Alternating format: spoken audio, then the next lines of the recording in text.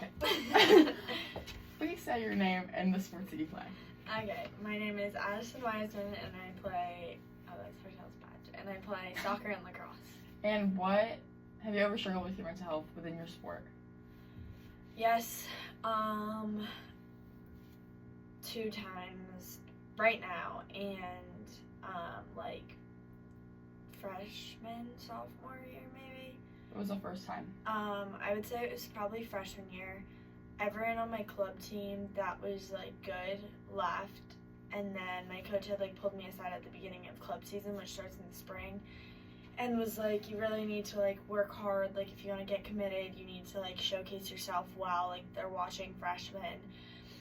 He was like, you're the only technical player on our team, so like I'm relying on you to like score and distribute the ball.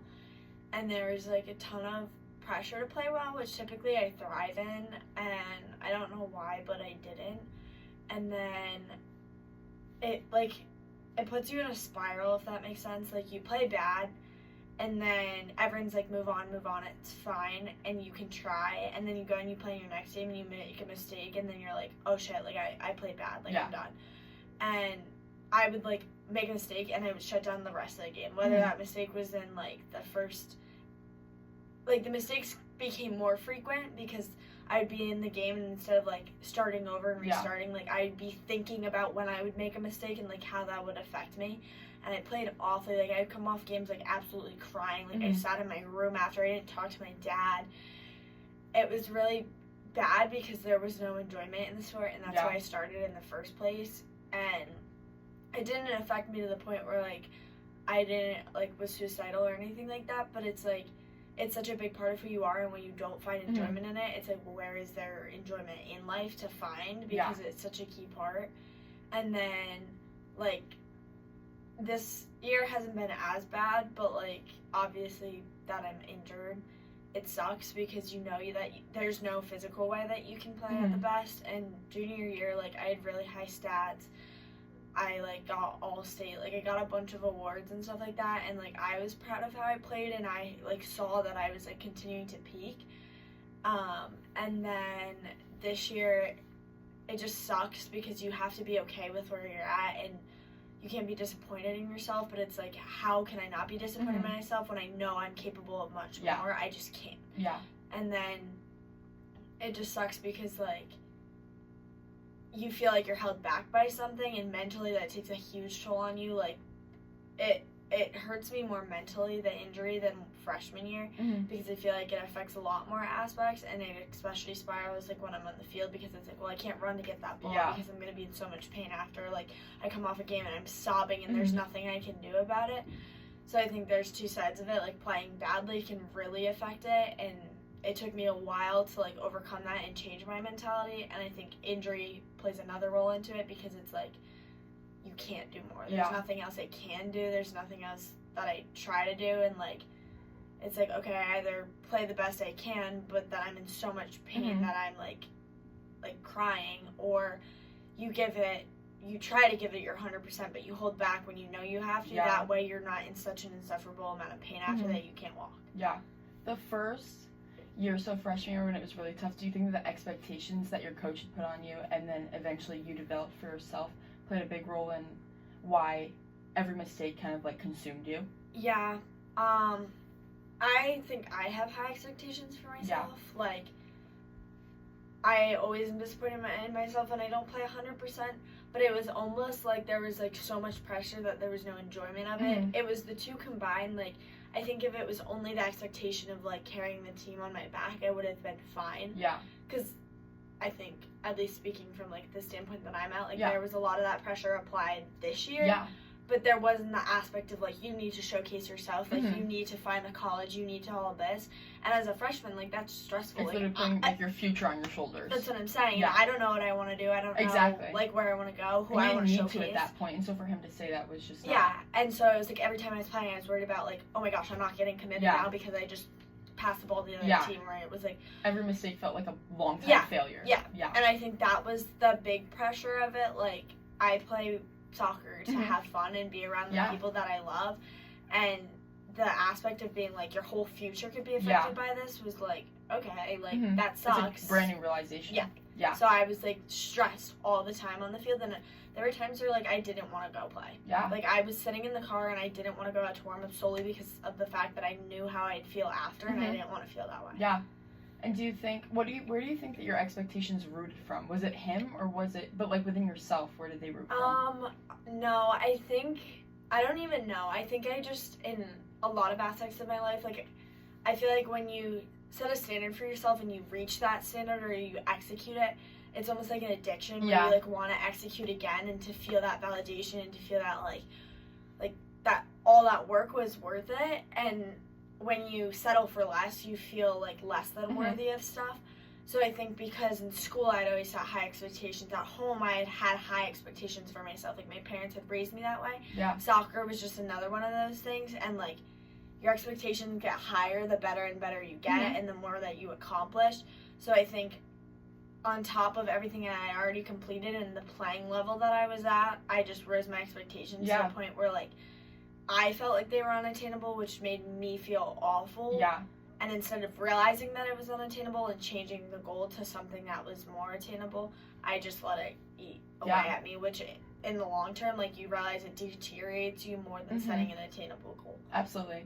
And so you're a high achieving student, so how is it managing these two things, like trying to be high achieving in your sports and then also executing your schoolwork and everything like that? It can be hard at times. I go to therapy. I go like once a month, once every 2 months. I used to have like crippling anxiety, like a high laundry pile would set me off the edge and I would like freak out and literally not be able to do anything. And my therapist gave me a ton of strategies to like relieve all of that. I use a planner so that I don't forget anything about school. And last year, lacrosse season was a struggle in the month of May because I was taking AP exams and I took 3 exams. Yeah. And that's a lot of studying, that's a lot of work, that's a lot that goes into it, and the idea of having that exam is just stressful, and you could tell, Shannon pulled me aside, who was my coach, and was like, what's going on? Like, you're not yourself, I don't see yourself out in the field, and it was because school was, like, consuming my sports performance, because I was so concerned about my sport, or my schoolwork while playing my sport, that the sport was of no focus. So the planner puts school out of my mind. It gives me peace of mind that everything's going to work out, everything's going to be okay. Like, I'm not going to forget anything to do. And then sports is my outlet to that. Like, I set these expectations to achieve, but I enjoy working towards them and achieving them. So it never feels like a task. And school is like these high attainable goals like I set for myself, and the longer I realize, like the more and more I realize that things are just like a name. Like being in the honor society is just a name. It's not something that I'm going to tell my kids later down the line. So my expectations, I don't want to say are lowering, but they're becoming more attainable to like how I want my life to be and gear them towards what I want my life to be.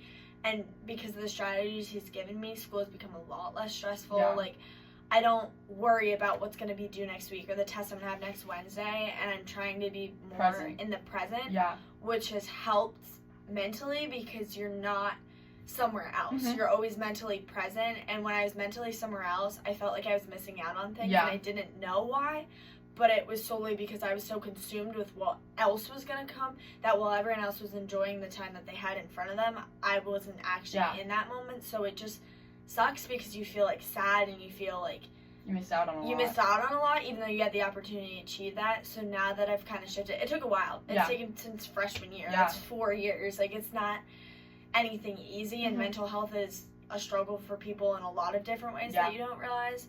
But having those people to support you and having someone that can give you those strategies and give you those tips can be like life-changing. Yeah.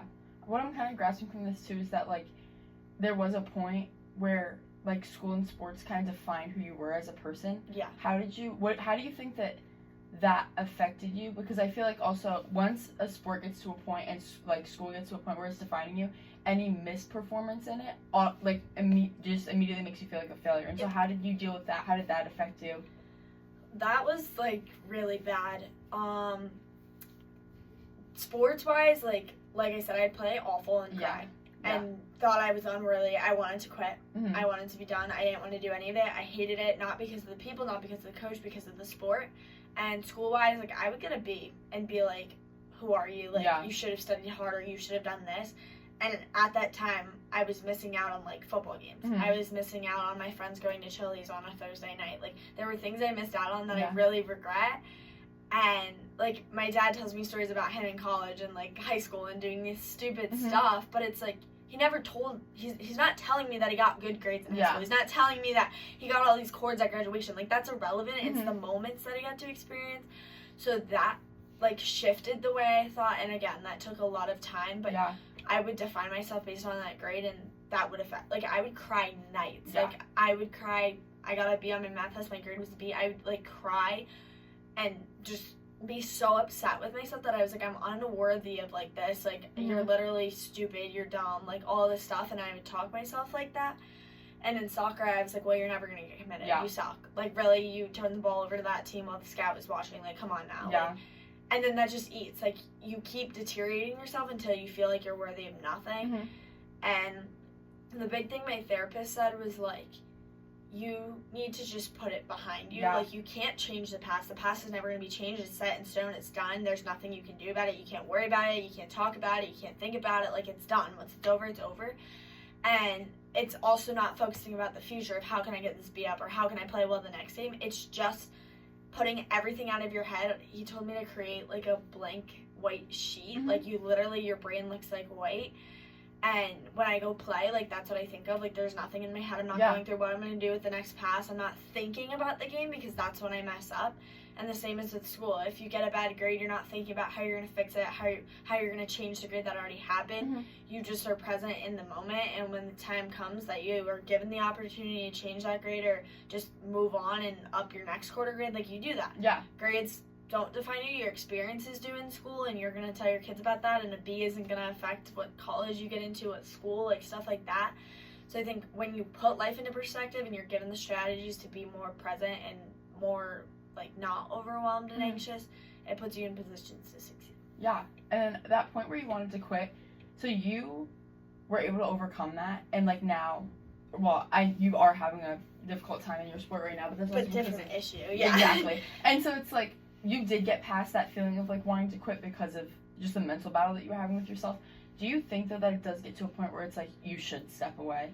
Yeah, I think for a lot of people, it gets to that point. The reason I'll say I stayed was Mhm. because my dad. Yeah. My dad, like, supported me through. I played since I was 5, which was Mhm. part of it. Like, I knew I had a love for the game somewhere within me. You just have It was to just lost in that refine moment. it. Yeah. Yeah, you have to reflect back, and I remembered, like, youth years playing with, like, Jason Smith and Mhm. stuff like that, and how much, like, that was fun. And then on top of, like, the strategies that allowed me to kind of, like, slowly regain the love for it. And a lot of people are like, well, it's just going to come back one day. No, it takes a long Yeah. time to get there. And searching. But now, like, obviously my mental issue right now is a lot different, but Mhm. that love has just grown. Yeah. Like, I didn't think my love for the sport could get any greater, but thinking about going into college without it, thinking about, like, life without it, I literally am like, I can't. Yeah. Like, you love it and you become dependent on it for, like, happiness, Mhm. which that can sound bad, but also at the same time, like, you love something so deeply that Yeah. it makes up who you are as a person. And I didn't think a sport could do that for me, and for a while it hadn't. And there was the time where I was like, okay, I don't want to do this Yeah. anymore. But if you work to find that love for it and you work to rebuild it, the love that you'll have will be even greater and 100 times more worth it. Yeah. Oh, okay. Yeah. Thank you. Of course. Wait.